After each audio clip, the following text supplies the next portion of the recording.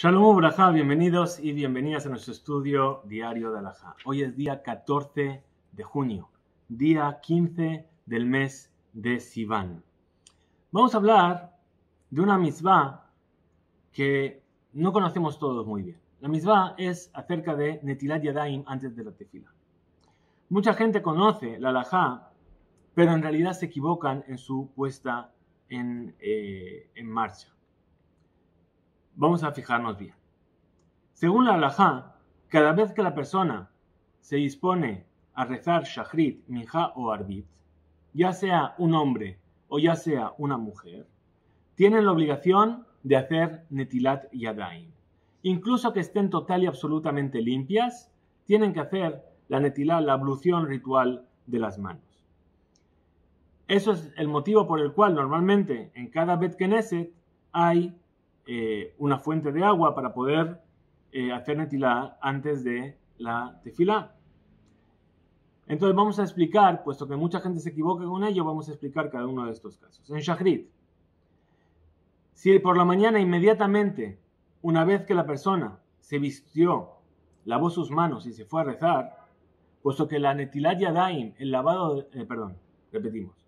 Si por la mañana, inmediatamente después de levantarse y vestirse, la persona hace Netilat Yadayim y se va a rezar a la sinagoga, puesto que esa Netilat, ese lavado de manos, es cercano e inmediato antes de la tefilá, sirve como Netilat Yadayim para la tefilá. Pero si se ocupa de otras cosas antes de la tefilá, tienen que hacer Netilat Yadayim nuevamente antes de rezar el rezo de Shachrit. Antes de la tefilá de Minjá, hay que hacer Netilat Yadayim. En cuanto a Arbit, si se reza Arbit seguido de Minjá inmediatamente y guardó sus manos sin tocar ningún tipo de lugar, como la cabeza, el cuero cabelludo en realidad, o los zapatos, o algún lugar cubierto de su cuerpo, entonces esa Netilat Yadayim le vale la que hizo para Minjá. Pero si interrumpió entre medias y se ocupó de otras cosas, tiene que hacer Netilat Yadayim. Las mujeres que rezan en casa tienen que recordar siempre de hacer Netilat Yadayim antes de pararse para la tefilá. Ahora, esta Netilat Yadayim nos dice la halajá que hay que hacerlo con un keli, con un utensilio.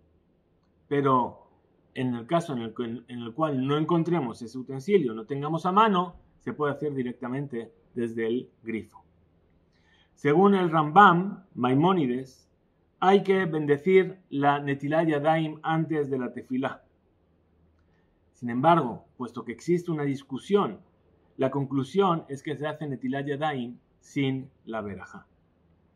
Tenemos que aprender de aquí cuál es la grandeza de la obligación de hacer Netilat Yadayim antes de cada tefilá. Hay que ser muy meticuloso durante la tefilá de no tocar con las manos los lugares que normalmente suelen estar recubiertos, como por ejemplo, bajo los brazos o tocar el cuero cabelludo. Y si tocó alguno de estos lugares durante la tefilá de la midá, tiene que ir y hacer Netilat Yadayim nuevamente. Pero si tocó durante la tefilá de Shemoneh Esrei, entonces vamos a corregir. Si tocó en un lugar que no es si tocó antes de llegar a la midá,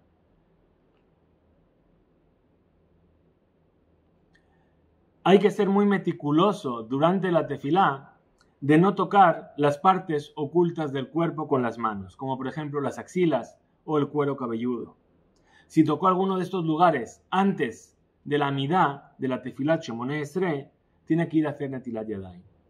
Si lo tocó durante la tefilá de Shemoneh Esrei, durante la midá, o después de ella, es suficiente con que frote sus manos en sus ropas o en un muro, y así de esa manera será suficiente. Hasta aquí llegamos en nuestra halajá de hoy. Que tengamos un excelente día. Hizku veimsu.